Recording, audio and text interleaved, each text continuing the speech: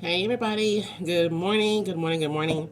Welcome to the channel. And this might end up being a short. But anyway, just welcome. My name is LaShonda.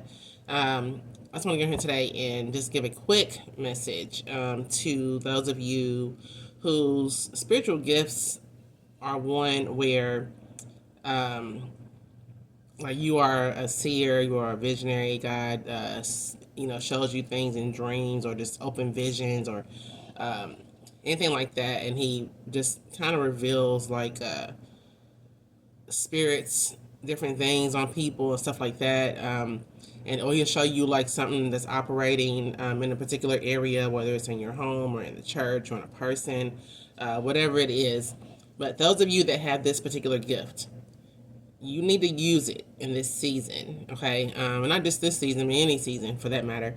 But especially when we're in a time where the church itself is going to be growing, and revivals coming, and people are coming into their full authority, and the church is just becoming more powerful as we all come together as one, being the one body of Christ and operating in that. It's very crucial that somebody in your group or somebody in your church can discern and remove themselves out of it and can be the eyes and the ears for the church, okay? Even the pastor, right? Because the pastors get they're very busy, okay? They're very busy, and they usually have a lot going on, just trying to make the church function as it should.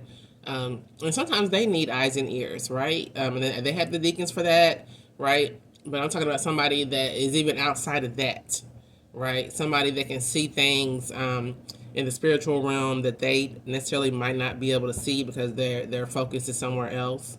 And I think that is a crucial time now that we are in, where somebody has to be able to see what is happening in the church, right? Good or bad, right? But especially the bad, right? Because as a seer, we are called to pray and intercede for things. And that's why God uses us, right? Because we're supposed to pray and intercede for things, right? So that's why He shows us things in the spirit, most of the time, so we can pray and intercede and to warn. And to warn. So in this season that we are in, if you have this particular gift, you may be the one that has to relay those messages in the body of Christ that people don't like to hear, right? Those messages that need to be heard, that people don't necessarily like to hear or even want to hear. But we're just a messenger. We are simply the messenger. Okay, don't get mad at the messenger. Just take the message and take it back to God, and ask Him to confirm it for you, right? Because there's going to be somebody, there's going to be a word, and like I said, somebody's not going to like it, but it will have to be said. It will need to be said, because somebody in the church has to discern in this hour, right, what is happening in the church. And what's happening in the church is the enemy is trying to infiltrate the church, which is already, I mean, he's always been doing that anyway, but especially right now, right now, when enemy knows what God is doing too. So he's gonna try to infiltrate the church so that the church can get off its foundation.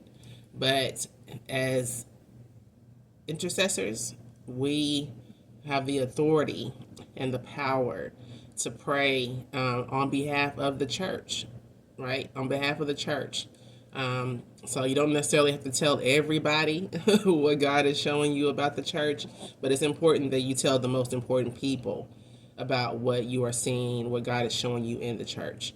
That's very important. So don't hold it to yourself. And it's a heavy weight to carry. It is a heavy weight to carry, right? And God don't want you to hold it in. He don't want you to hold it in. That's why it's so heavy, because you holding on to it, it's gonna keep weighing you down, right? So if God is giving you words for your church, cast out all fear, cast out all doubt, okay, and release the word. All right. Have a great day. Bye bye.